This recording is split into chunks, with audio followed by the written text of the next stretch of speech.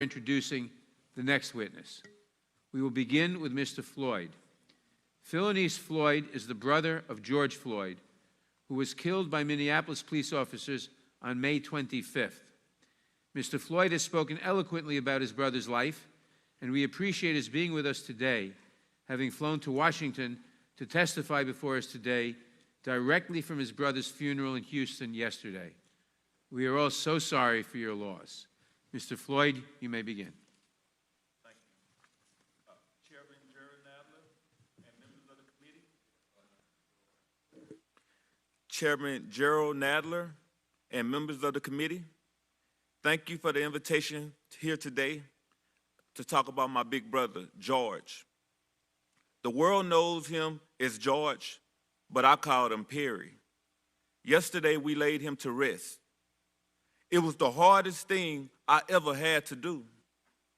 I'm the big brother now, so it's my job to comfort my brothers and my sisters, Perry's kids, and everyone who loved him. And that's a lot of people. I have to be the strong one now because George is gone.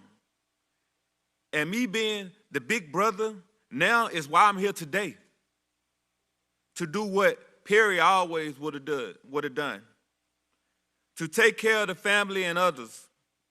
I couldn't take care of George that day he was killed, but maybe by speaking with you today, I can make sure that his death will not be in vain.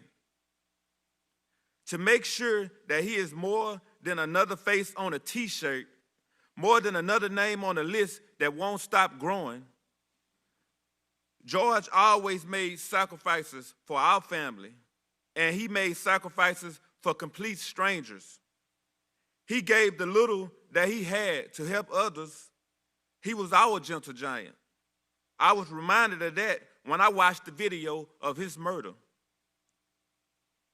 He called all the officers sir. He was mild-mannered. He didn't fight back.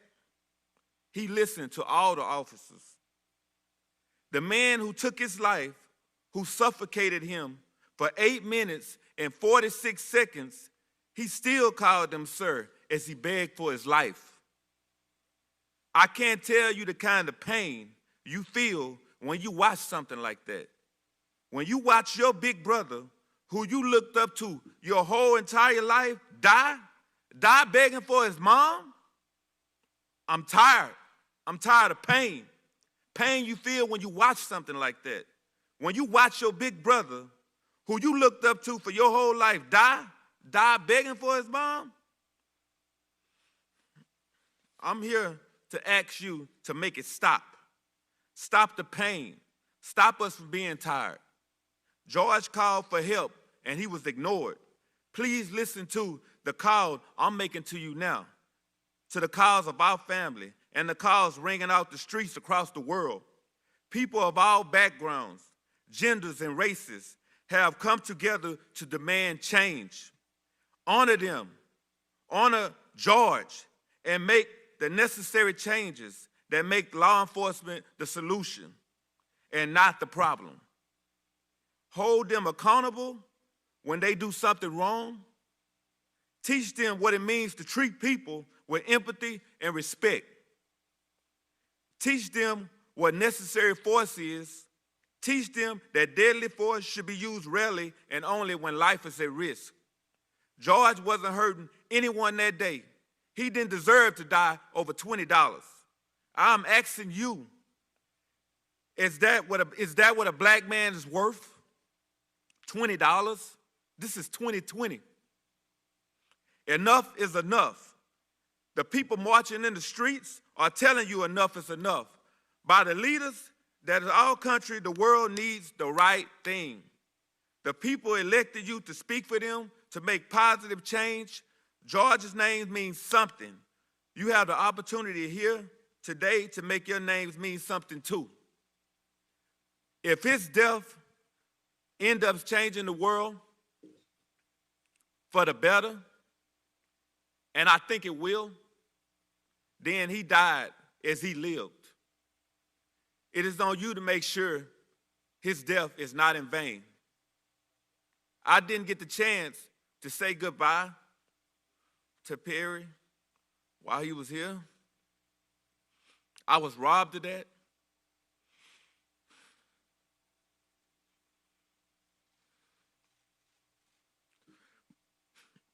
But I know he's looking down at us now.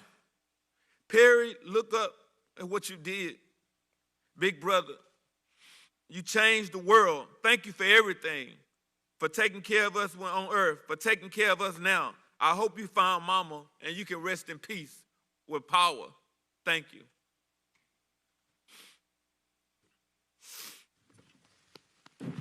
Thank you, Mr. Floyd.